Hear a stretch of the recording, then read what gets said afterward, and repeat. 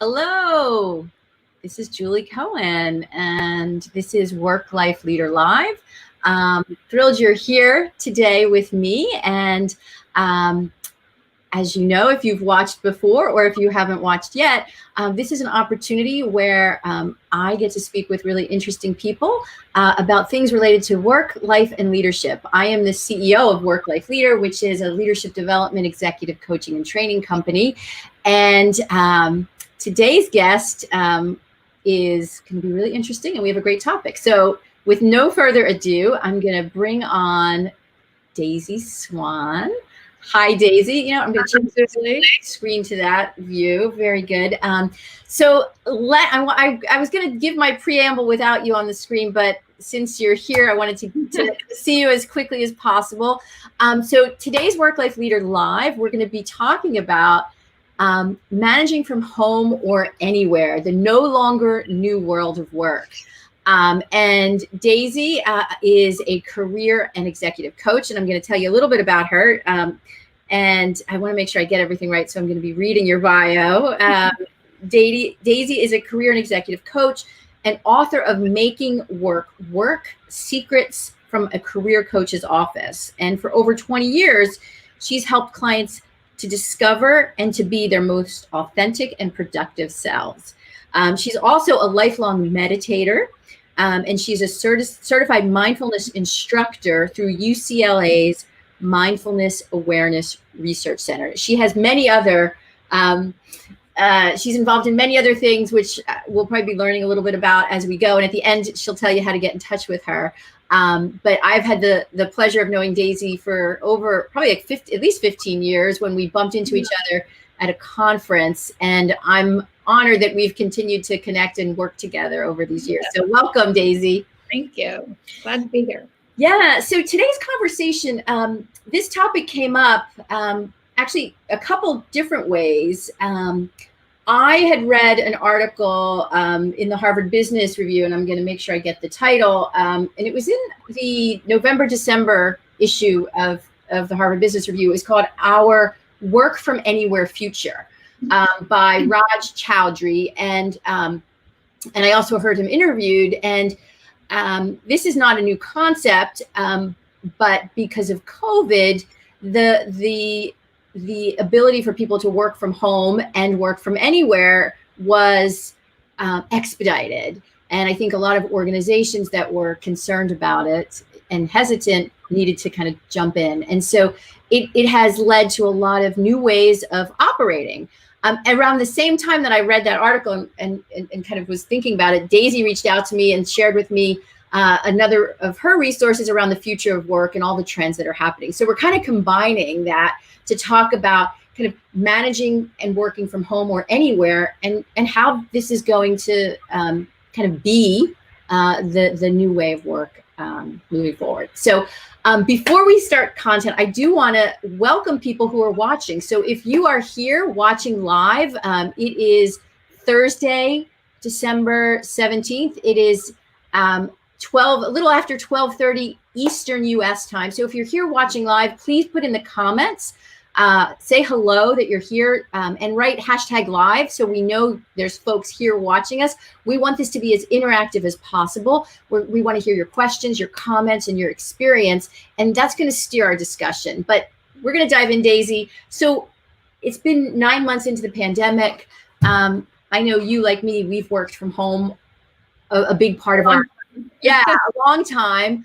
But in your role as a career and executive coach, what have you seen change? What's one thing you've seen change? Well, certainly in my executive clients working at home, and they're juggling the kids and someone else coming into the house, maybe if they have some support. One of my clients, she did have a nanny or does have a nanny. And then, of course, the nanny is living with other college students, and she got COVID. Their whole household got COVID.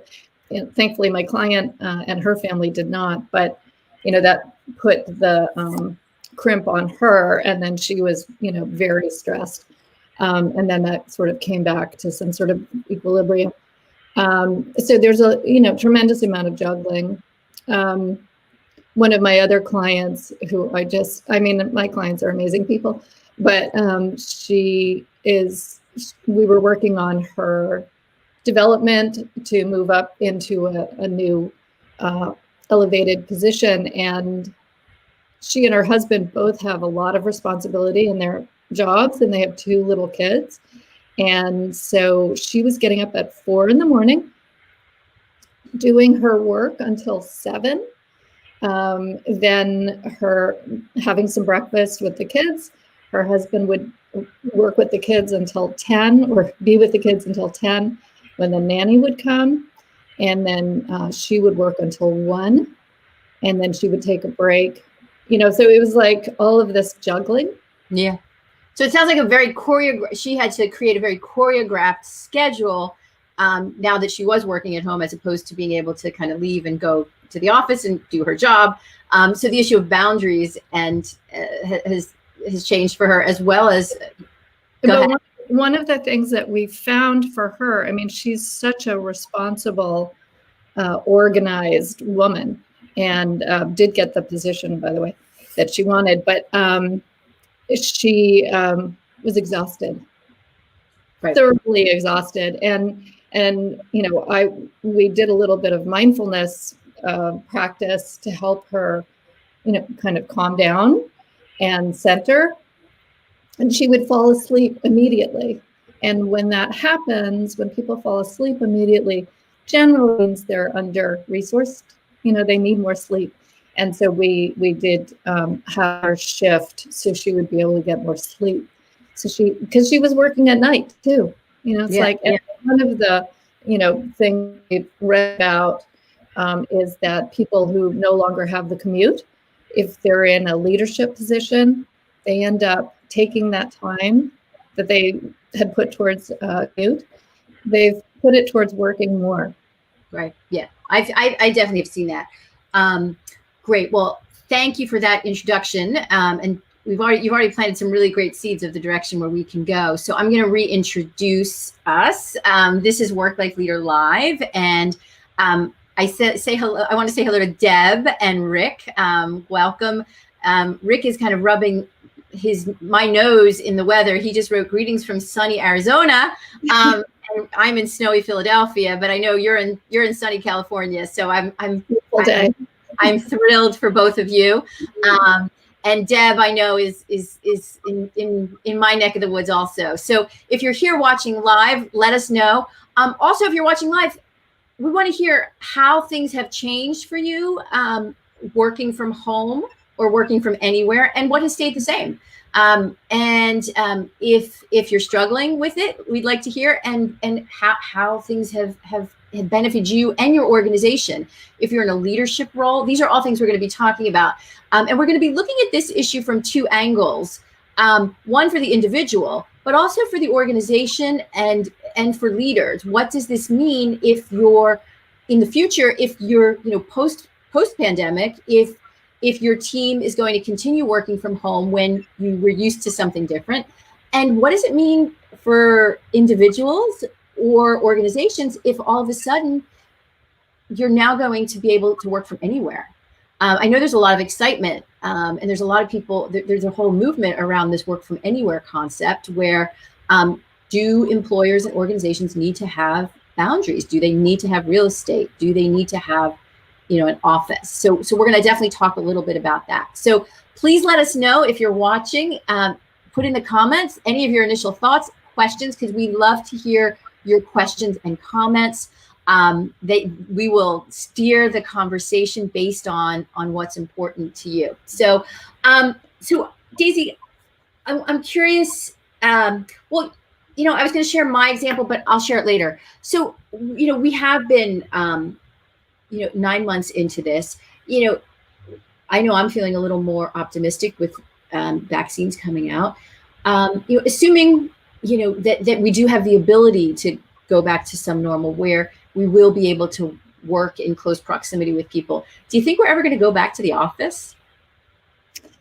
It looks like there's going to be a lot of change, right? I mean, with Google announcing they're not coming back until September, and it's going to be a different situation. I mean, they're a big leader, right? So, and I've talked to other people locally. I'm in Santa Barbara, people who are already doing a more hybrid way of working, and it's working. Coming in 2 or 3 days a week and working from home, that seems to work. And people love not having the commute that they've had. It's keeping people together. I know a lot of people who miss going to the office. Things that you and I have been doing all these years, managing ourselves, our calendars. We're pretty good bosses to ourselves, but we face a lot of challenges too. It's hard for people to be home. They miss the socialization. They miss, the, so to speak, water cooler conversations, the networking issues. Those are all really, I think that's the biggest difficulty for people. So I'd love to hear if you're watching live or not, put in the comments, from an individual standpoint, but also from an organizational standpoint. I know we often have HR leaders on, watching. As you're thinking, I'd love to hear from some folks who make decisions for either teams of people or, organizations as a whole. What you see as the light at the end of the tunnel of COVID, maybe, in the next 3, 6, 9 months, what do you see keeping and what do you see going away in your environment? The issue of what you said, 3 days in the office, 2 days. There's the model, they're calling it 3-2-2, where, it might be 3 days in the office or 3 days at home, 2 days, vice versa, and then two days down. Mm-hmm. I think back to, 10, 15 years ago when, flexible work arrangements were kind of new and people were, these issues were starting to become more widespread. And, there were such fears from organizations about, we can't let go. We need to see our people, and people need that, like you talked about, the water cooler for the socialization standpoint, but also for the creativity and innovation. For sure. And so, I think there's a lot that we've learned. I mean, I know personally for me, just my business, again, was always 80% virtual. We had to do a lot of our live training. We've been able to smoothly transition that to virtual. Mm-hmm. We've had to work extra hard in maintaining certain types of connections and relationships. Right. And so, I think that's kind of going to be the magic, is how do you retain the goods in a new environment? Any specific thoughts on that? What are you seeing? What advice or challenges are your clients running into? Well, I think the tricky thing for both people who are in leadership roles, and for people who aren't, is seeing each other, right? I mean, a lot of people are on Slack, so they're communicating that way. They feel connected. Actually, they feel connected that way to some degree. I think it's really about the people who feel they have a trusted relationship with their team and their leaders. This is working pretty well. There's an extra step if you're talking about, wanting to see yourself move up. That's where the challenges are, which most people are. They want their next level of opportunity. So either they have to have really good communication with their, superiors, however we want to call that, so that they can be talking about their development plans. And I think that's where, this really just continues to ramp up the whole issue of developing strong relationships at work, which in a way, this whole pandemic thing has ripped off so many boundaries. You know what I mean? Like, people are just more transparent about the challenges in their lives, which frankly, I think is a really good thing, because people can develop more compassion for one another. And, that develops trust. Yeah. So, in many ways, there's a lot of benefits to this. Yeah. And so you bring up a lot of issues. One, about kind of the interpersonal relationships that people need to have with their peers and colleagues in their workplace. The second issue you bring up is how does an individual make sure they are getting the development needs and the training, development, and support to continue to grow in their role? How does working from home or working from anywhere, how do you make sure it doesn't prevent stagnation?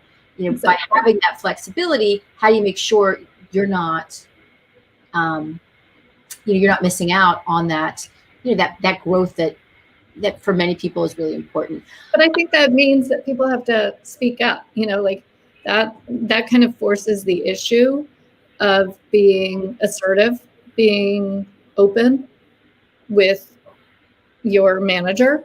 If you're looking for new opportunities, you have to speak up. And that's a challenge that I work on with some of my clients. Certainly, how do I take those actions, in a politic way? Yeah, well, and so that therein lies, and we have a couple comments I want to get to, but I want to come back to this after we get through these comments.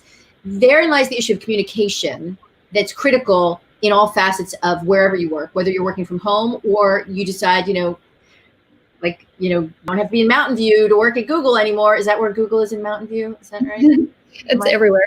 Okay, right. What am I saying? Right? They're everywhere. But you don't have to be at company headquarters.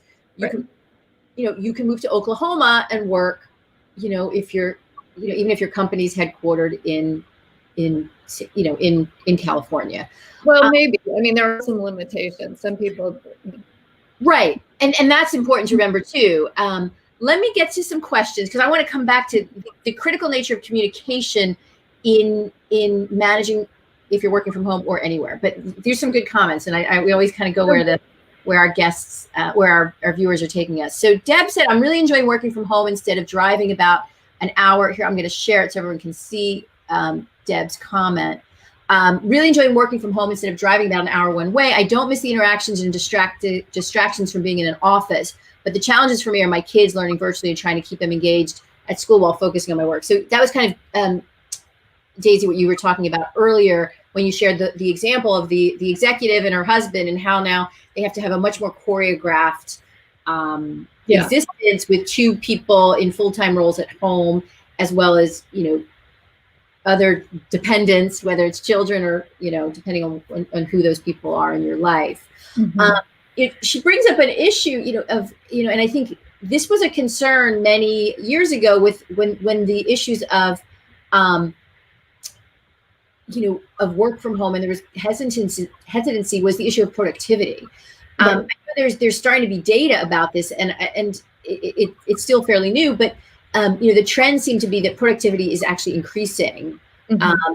And my guess is there's going to be like a curve that is not even, different stages of work from home with the pandemic. There's been probably ups and downs. But I think that's that commute, leaving the commute, that is such a, for some people, that's a gift. I have clients, I love my commute. It's when I get to read, it's my me time. And some clients, it's like, oh my God, I have to be in traffic for, an hour. So I think that issue of productivity, Deb, and kind of balancing, the distractions with productivity is really, really critical. So thoughts on that, Daisy? Well, I do think it depends on what sort of work you're doing, right? I mean, if you're working with data, if you're working with, there are a lot of things that are very measurable, straight up measurable. And there are a lot of things that maybe aren't necessarily quite so measurable. But, for the most part, if I think this is a great test for all of us. If people get to be less micromanaged, right? They're given, this is what you need to do. This is your deadline, do it. And so there's more of that freedom on some level. Yeah. And that's, that's called a results, it's ROWE, ROWE, a results only work environment. And, that's been, organizations have embraced that. And that requires not micromanaging. It requires setting the context of what work and what success look like within a time frame. It doesn't mean, this project, finish it when you want. This is what we need to see. This is what success looks like. And this is the window. What do you need from me as your manager? I'm there for you. And, go for it. Now, right. But then that brings us back to communication, right? Which is kind of what we talked about. And there's more comments. And I think we'll see a thread is how the individuals communicate with each other. So manager to direct report, leader to organization. And, the full 360 is going to be really critical to get those results. So let's look at another comment and then we'll see where this takes us. So Rick talked about a client issue. Clients, they redesigned office configuration, less need to be in the office, although strong desire for discrete group meetings in person, extra attention to supporting leaders to help them keep their energy and focus over the long term. So anything strike you from that one, Daisy? Extra attention to supporting leaders to help them keep their energy and focus over the long term. I'm curious what that might look like. The way where my mind goes, being in the chair I'm in, I think everybody needs a coach. I think everybody, needs to have people be able to brainstorm. And again, the brainstorm, talk through what their strategies are for supporting their people. I mean, obviously, we've all found you can't just take your office and say, okay, or your structure and say, okay, now we're virtual. Everything's the same. Everything's not the same. Yeah. I mean, I definitely see, with some of I work with leadership, like cohorts of leaders, so groups of leaders within organizations usually. And I'm seeing an increased level of stress and overwhelm in addition to just very busy. And I think there's a related to the pandemic, there's been a fear, will the work be there? And, will there be a reduction in force or another reduction in force? What does the business trajectory look like? And in certain sectors in particular, right? Right. And then there's the other piece of missing that connection and the comfort of talking to peers, talking to your manager, talking to direct reports. Whoops, just had something fall off my desk. In case you heard some crazy noise. Gremlins are out there. Exactly. It almost sounded like someone threw a snowball at my window, but that did not happen. So it's definitely kind of that awareness of, again, my work has always focused on holistic leadership development and the whole person. That to me, that we've seen over and over is more critical because people are not getting support from those water cooler moments or their work. You've heard the phrase work husband and work wife. Some of those relationships that we're nurturing are missing, and so that creates that issue that Rick talked about. If organizations are being mindful of kind of energy and focus and health and wellness for their employees, that's very proactive and evolutionary. I think so. That's really, really great to see. the PC also talks about that. And I'm not sure if you have a pulse on this, but this issue of redesigned office configuration, and from both an actual structural standpoint, which I think is what he was talking about, of people want to be able to meet, but also what happens when you get into the office.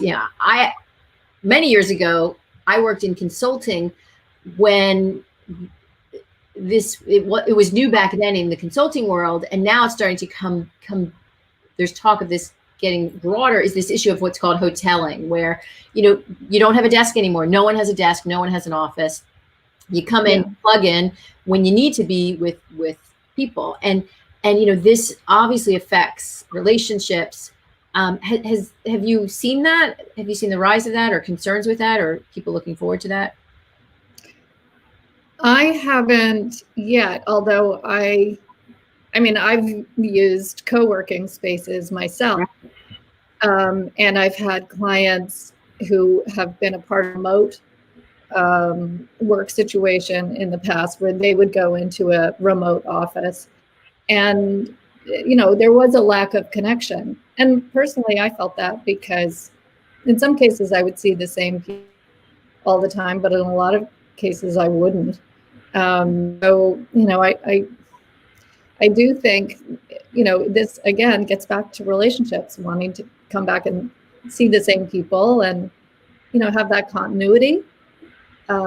So I think that's going to be an evolving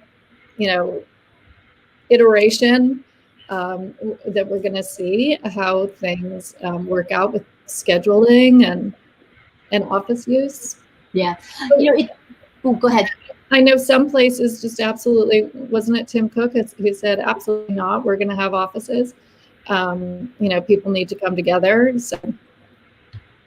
Right. And so you bring up a really important issue, and I have the next comment, Cornelius, you're in queue, because it's going to lead right into your comment. I think, so that's a perfect example. So Apple's going to have offices, and their culture and their organization values what they see as the benefit of those relationships. Other organizations are going to have hybrid. Other organizations are going to go from work from anywhere, or all work from home. This is just, to me, this is like leadership 101 that now needs to be taken to another level. Right. As we're looking at organizations, is your talent are going to each have different preferences. And the question will be, how flexible can you be with individual talent when you're also looking at organizational priorities? So Cornelius, thank you for your comment. I think this is a really, really interesting place to go. Is we are looking to increase flexibility in work schedules, moving away from traditional recruiting practices, increasing talent mobility by leveraging the use of remote workers. So Cornelius, I'll be curious what industry you're in. If you're still watching, if you can give us some background, because some organizations may move to all remote workers. Some organizations are talking about maybe not ever having full-time employees again. What if employees are going to be, you're going to have project-based employees, and do all of your work that way? I mean, I've been reading about that, in certain organizations, is they're going to have all 1099s. For those in the US, that's kind of a consultant. No, that means a consultant in the tax codes versus full-time employees, which is, the W-9s, right? And so that in itself could change the world of work, the way, not only what happens in the office, but you can get the best talent from all of a sudden, your workforce is now global. Your recruiting is now global.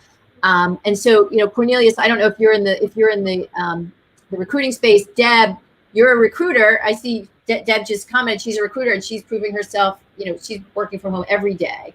And so, that issue of recruiting is really going to change.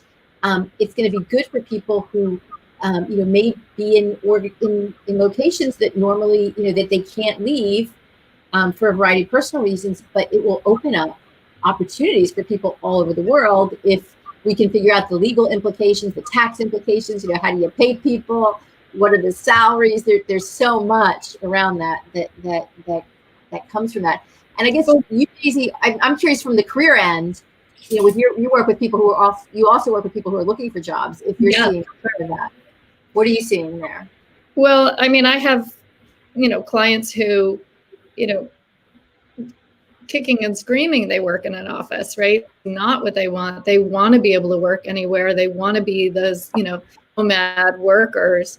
And of course, those nomad workers actually, I thought, a great opportunity, can go to some beach resort town and plug in my computer. And it turned out they didn't have the Wi-Fi they wanted. They didn't have to be able to do that. That's a tricky thing. Is really interesting is that trickle down issue down here around this. Daisy, I'm just going to pause you for a second because you're breaking up a lot, unfortunately. Oh no. Yeah. So a lot of what you just said, I'm not hearing you well. So we missed a bunch of that. So I'm going to reintroduce us, and maybe you're just maybe there's just a bad cell right now because So I'm going to just reintroduce us. So I'm Julie Cohen, and I'm with Daisy Swan, and this is Work Life Leader Live, and it's live if it's 1 p.m. Eastern on Thursday. If you're watching this Thursday, December 17th, that's where we are. Again, my guest is Daisy Swan, career coach, and we're talking about managing from home or anywhere, the no longer new world of work. We've touched on a bunch of different trends and what's needed to be successful if you're going to be working and managing and leading from home or anywhere. If you're going to be a nomad employee, or you're going to not have an office to go to, what that means for individuals, what that means for leaders and managers, and what that means for organizations. So Daisy, what you had talked about, the 30 or 40 seconds before I interrupted you, I couldn't hear you. So we were. Oh, okay. I had asked you about what was going on, around kind of the issue of all of a sudden recruiting can be global and what's happening. Right. So this gives the opportunity for people to go anywhere. This also means that people have to manage themselves. They have to manage their connectivity. Like where I was just having that issue. There are challenges to off on your own far place. Yeah. So, Yeah. Unfortunately, Daisy, we're still having really not great connection. I'm not sure what's going on. So, so I am going to pause you for a little bit. I'm going to come back to you, but I'm going to take you off the stream and put you back in. Okay. If you want to maybe log out, I'm going to keep talking with our audience, because just so you know, this is a perfect example of work from home, work from anywhere. You have to roll with the punches. So I'm going to remove you from the stream. I don't know if you want to maybe hang up and dial back in. You can do that. And then I'm going to keep talking to our audience, and we'll be here for a little bit more. Okay. Okay. All right. So I'm Julie Cohen, and we're continuing our conversation around managing from home or anywhere, the new world of work. So you just experienced a technology challenge, which is a perfect example. We need to roll with the punches. My guest on this show, Daisy Swan, her technology was not working, and I didn't want to keep having her on the show while she couldn't be heard clearly. So I'm going to talk for a couple minutes, and we're going to see if she can come back in. But we were in response to the issue of remote workers and how that will change. Cornelius I asked for some more information, and I see you responded. So thank you, Cornelius. You lead talent and leadership development, 3 working classifications: on-site essential workers, flex workers, and remote. A tremendous amount of work has taken place to implement a transformative strategy. That sounds like a transformative strategy.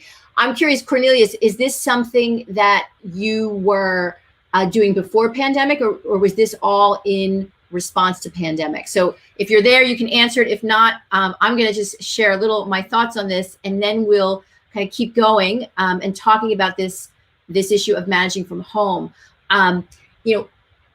What Cornelius has described here, which I think is really critical, is you need to know kind of the business case for doing this. So, I work a lot with individuals.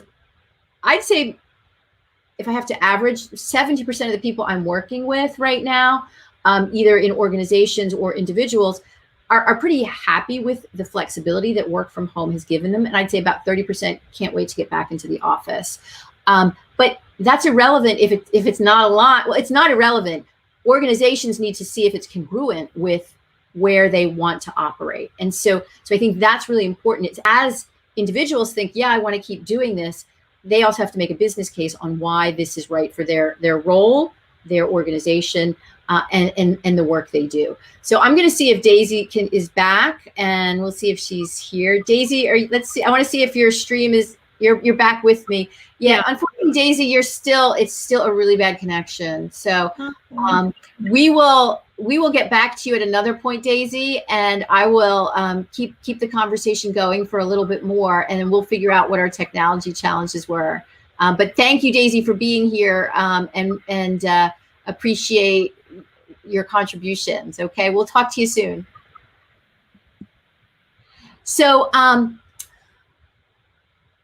Rick just wrote, thank you, Rick. I appreciate this. I feel like I have a cheerleader in my corner. Flexibility with technical challenges modeled beautifully by you, Julie. Thank you, Rick. That means a lot to me. In our time remaining, which we do have some time left, if you are watching live now, you got to see real-time navigation of a technology challenge and how to roll with it. This is your employees. If you're coming from an organizational standpoint, your employees need to have the tools and support and resources to be able to do this. This is a perfect example of some of the challenges related to work from home or work from anywhere. So if you're watching this, I'm curious if anyone else has had real-time issues and challenges. Please put in the chat box, tell us some situations that you've had. And then I want to look at those from an individual level and an organizational level, because I think that is we need to be thinking on both sides of that coin. Is it good for the business, and is it good for the individual? A couple other topics I wanted to get to that we're going to address are how do you develop your talent when they're working remotely, and how do you, as an individual, make sure you continue to grow and develop in your role.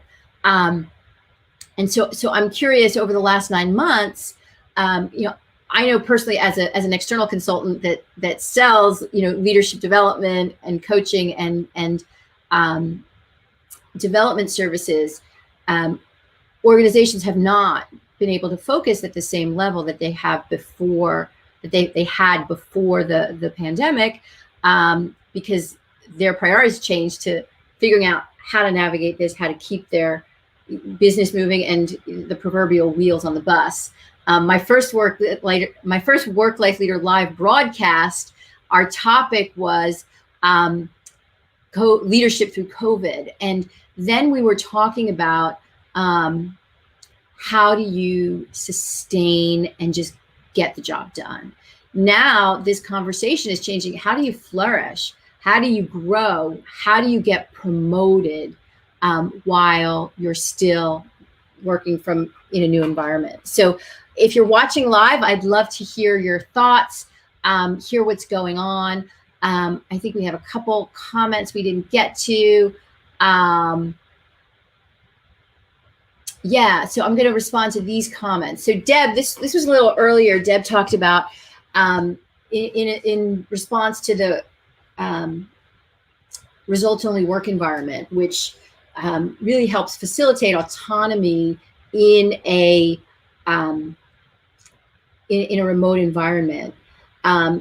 And she commented where most companies use KPIs to measure success, which are key performance indicators. So, that is, this may have a profound impact on performance management and assessment and leadership development if if organizations are moving to a results-only work environment and giving people more flexibility in getting their job done. Daisy and I were talking earlier, the importance of communication and building trust. That has to be two ways to actually successfully move to a results-only work environment. And organizations have to feel confident that their kind of work can do that. Not all sectors or industries or roles can do that. So this is going to go and this will be involved in the strategic planning that Cornelius talked about to get to a place where they redesign the work classification. So thank you for that, Deb. Next, this was another comment building off something that Daisy Swan said about that she sees the need for more coaching, more individual support, more support for growth and development. And Rick just said definitely more coaching from internal and external resources. And I think that can really tie into is how you're developing people to transition from a potentially whole new way of work. So if people are beginning to work from home full time or work from anywhere, how do you do that in a way that they have the support available when in the quote unquote old days, they may have just needed to just go, around the corner to talk to a friend, to talk to a colleague, to talk to a boss, to talk to, a team member about an issue, concern, or challenge. And, I, as a coach, I want to sell more coaching, but I also, all transparency, right? I believe the work I do is really valuable. And I think it's also critical that organizations look at creating cultures where coaching is a norm and that everyone in the organization can support each other at different times, because that is going to be missing in some of the formal office structure.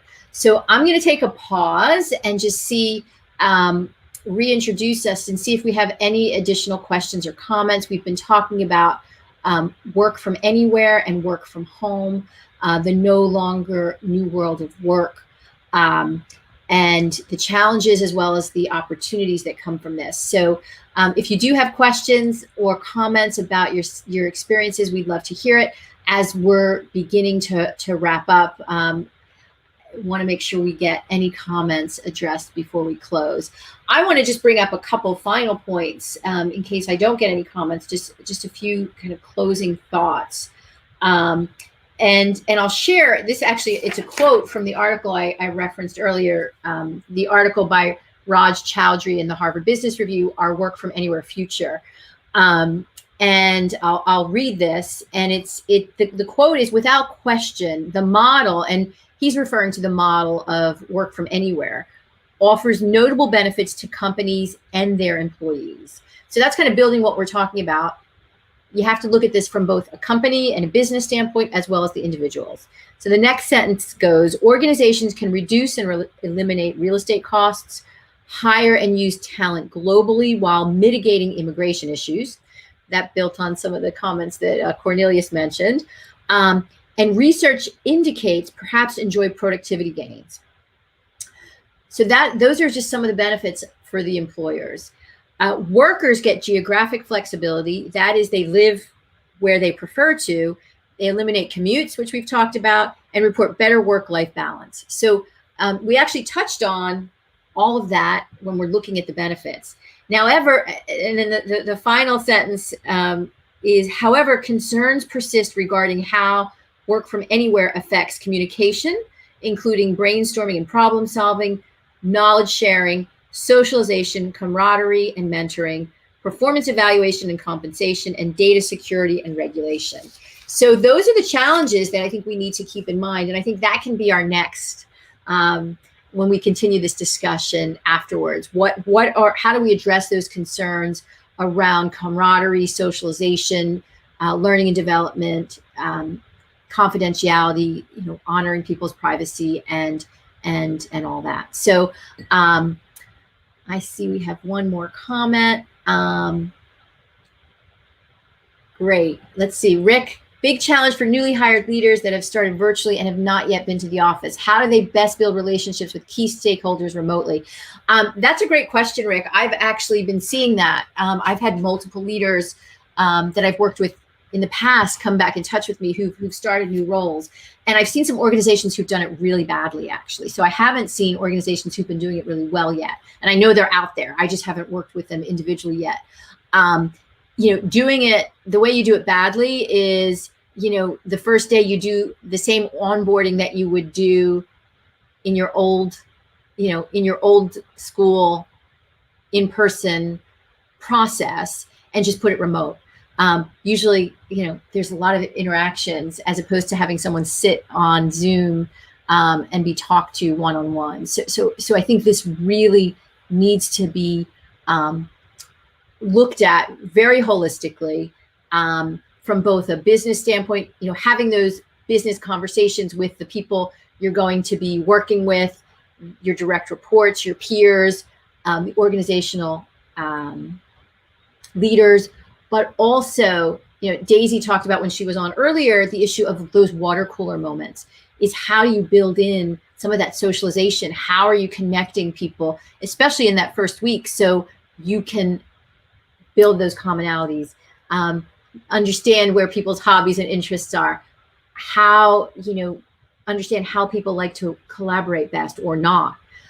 So I think a remote onboarding needs to really pay attention to kind of the intimacy that you get when you walk around the office, and it may be creating quote unquote artificial intimacy, artificial connections in that first week where you're having lunch every day scheduled with someone for a half hour on Zoom.